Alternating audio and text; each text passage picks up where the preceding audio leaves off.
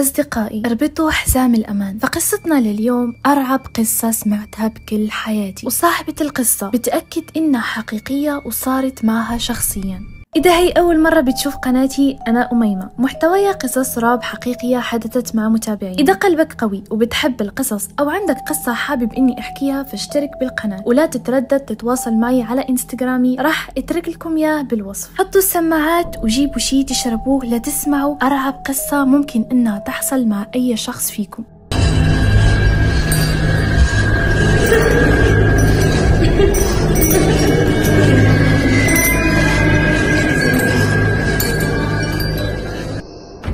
اسمي عائشة، عمري 22 سنة. أنا حاليا طالبة جامعية. تفكيري ونظرتي للحياة أكبر من عمري، وهالشي بشهادة عيلتي وكل يلي بعرفه. بنت حلوة كتير، ما عم اتكبر عليكم، بس هي الحقيقة. أنا بسكن مع أهلي بنفس البيت، عندي 3 إخوة، 2 شباب وأخت وحدة. هلأ برجع معكم للزمن الماضي لما كان عمري 13 سنة. كنا ساكنين ببيت كتير كبير وفيه غرف كتير، بس للأسف مو نحنا لحالنا صاحبين البيت. كان البيت إله صحابه، ومو من الإنس طبعا مثل ما حذرته بالضبط، كانوا صحابه من الجن. بس للأسف عيلتي ما كانت بتآمن بهي الشغلات، رغم إنه أمي دايما بتحلم بكوابيس فيها جن. حتى إنه مرة من المرات أمي شافت بالحلم إنه بغرفتها موجود حيوانات شكلها غريب، مثل أسد بوجه حمار وكلب بوجه قرد وأشياء مثل هيك. والأغرب من هيك إنه كل مرة بتبعتني فيها أمي للمطبخ يلي بآخر الممر بالبيت، بلاقي ضو المطبخ شغال، وأنا متأكدة إنه ما في حدا تركه شغال بالبيت. كل مرة نفس الشي، لحتى إجا يوم قررت فيه إني أتأكد إني طفيته كرمال ارتاح وشيل الشك من راسي. بس صار عكس الأمر تماما. رجعت مرة تانية ولقيته شغال لحاله. ما بتتخيلوا قديش خفت وقتها، وعقلي صار يرسم سيناريوهات ما إلى حدود. ركضت لعند الماما وخبرتها شو صار، بس مثل كل مرة ما صدقتني. وفي يوم كنت قاعدة لحالي بالغرفة، والساعة كانت تقريبا 2 بالليل. رغم كل هالشي تخيلوا إنه أنا كنت عم أتفرج على فيلم رعب، لأنه أنا من وقت كنت صغيرة بحب أفلام الرعب والمغامرات. وفي لحظة في صوت عم يهمس بإذني وبيقول روحي اطلعي من فتحة الباب.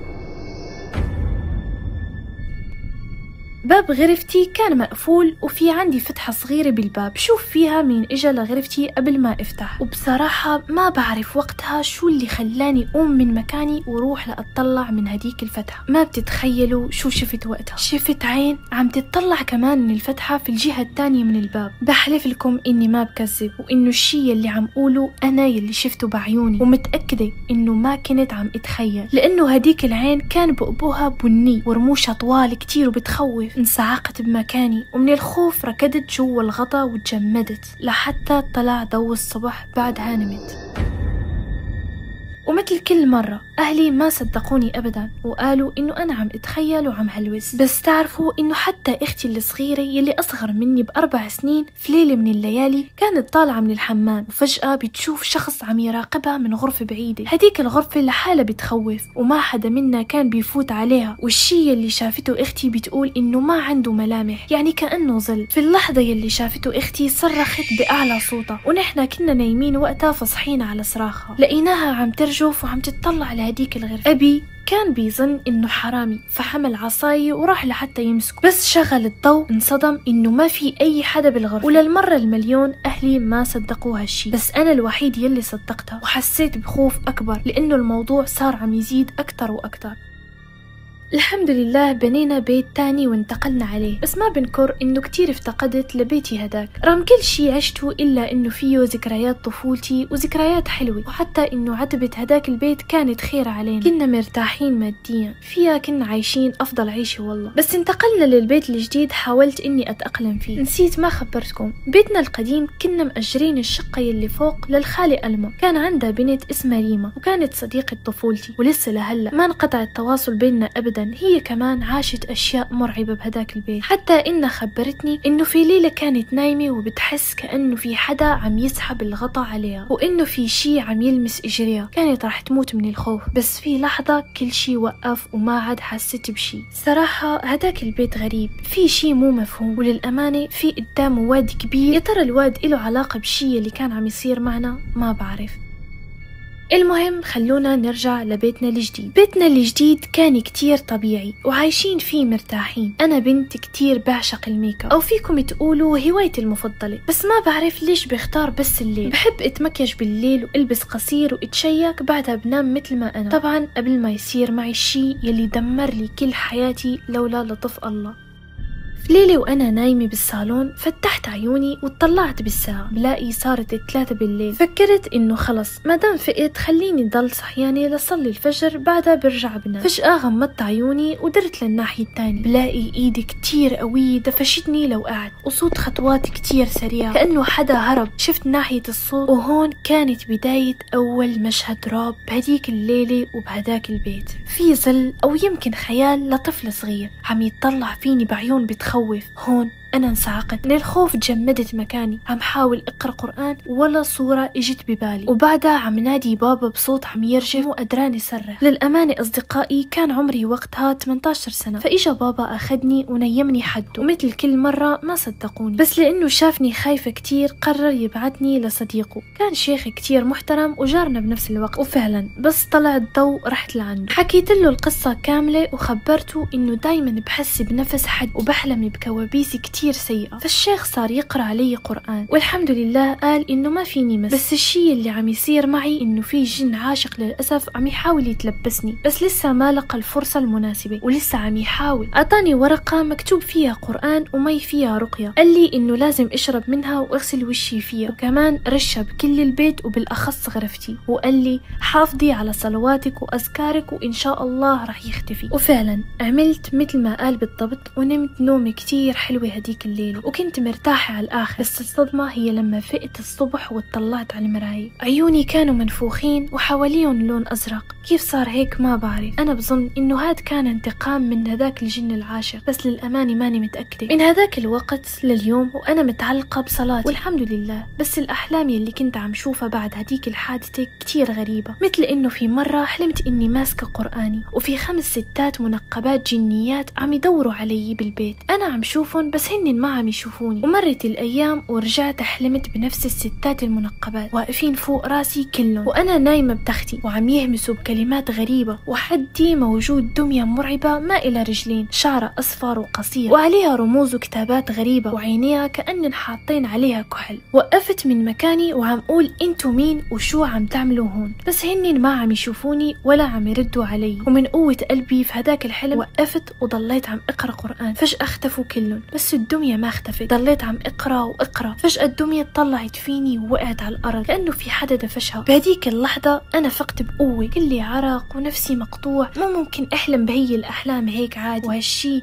بيعني إنه في شي غريب عم يصير معي. بس صحينا الصبح انصدمنا بخبر وفاة جدي. جدي كان اسمه حمزة، كان شخص كتير طيب ومتدين وحامل لكتاب الله، أتمنى تدعوله بالرحمة والمغفرة، كنت أحبه كتير حتى إنه موته أثر فيني كتير، بس لله ما أعطى ولله ما أخذ الحمد لله. وقت كنا في العزا تبعه عم اسمع صوت مرت عمي عم تنادي علي لأجي للدور الثالث على الحمام، ولما وصلت بنصدم بالمنظر يلي شفته، ملابسي كلها مخزوقة ومطلية بمادة سودة ما بعرف شو هي، كأنه في حدا كان عم يعمل شي بس ما كمله لأنه باين الأمر مو منتهي. وملابسي هي كانت بالشنطة تبعي بنفس الطابق، ولما رحت على الغرفة بلاقي كل ملابسي منتشرة على الأرض وشنطتي محلولة. هون صرت عم شك بكل الناس، ناديت على أمي لتشوف شو صار فضلت مصدومة. أخذت كل هديك الأشياء ورميتها، بس للأسف نسيت ما قريت عليها قرآن، شي طبيعي من الخوف مو قدراني حتى استوعب، ويمكن هاد كان أكبر غلط عملته وقتها.